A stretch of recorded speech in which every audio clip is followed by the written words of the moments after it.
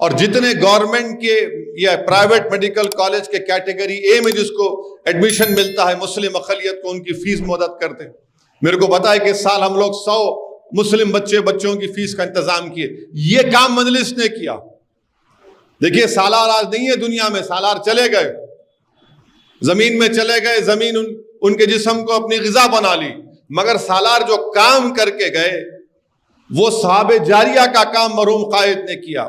تو میری آپ سے یہی گزارش ہے، اگر آپ نیک بنیں گے، قابل بنیں گے، تعلیم یافتہ بنیں گے، تو آپ کے ایک تعلیم یافتہ بننے سے صرف آپ کے گھر میں علم کے نور سے اندھیرا دور نہیں ہوگا، بلکہ آپ کے محلے میں، آپ کے دوست احباب میں، آپ کے شہر میں ایک انقلاب برپا ہوگا۔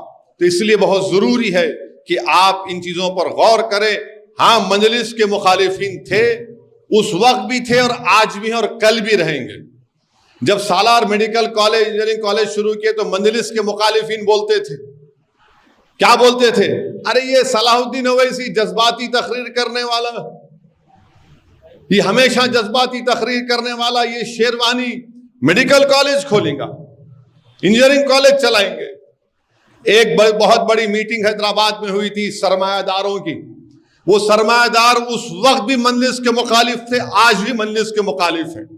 اس وقت بھی مجلس کے مخالفین کو پیسہ دیتے تھے، آج بھی دیے ہیں۔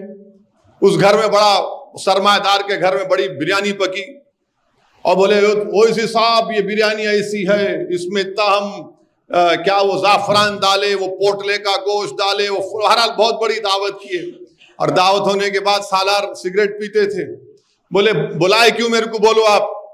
تو بولے دیکھو صلاح الدین اویسی تم یہ کالج نہیں چلا سکتے، آپ نہیں جانتے میڈیکل انجینئرنگ کالج، ہم لوگ پڑھے لکھے ہیں، ہم فلاں ہیں، خاندان ہے، پاندان ہے، بہرحال بہت بولے اپنے بارے میں، اپنے باپ دادا کا ذکر کرے۔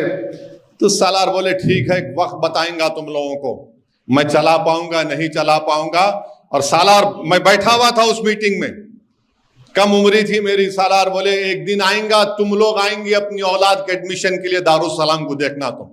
سالار اٹھ کے چلے گئے اور گاڑی میں سالار اپنا وہ سگریٹ سلگا کر بولے کہ یہ لوگ میرے کو اپنے گھر بلا کر میری توہین کرے، اللہ میری عزت کی لاز رکھیں گا۔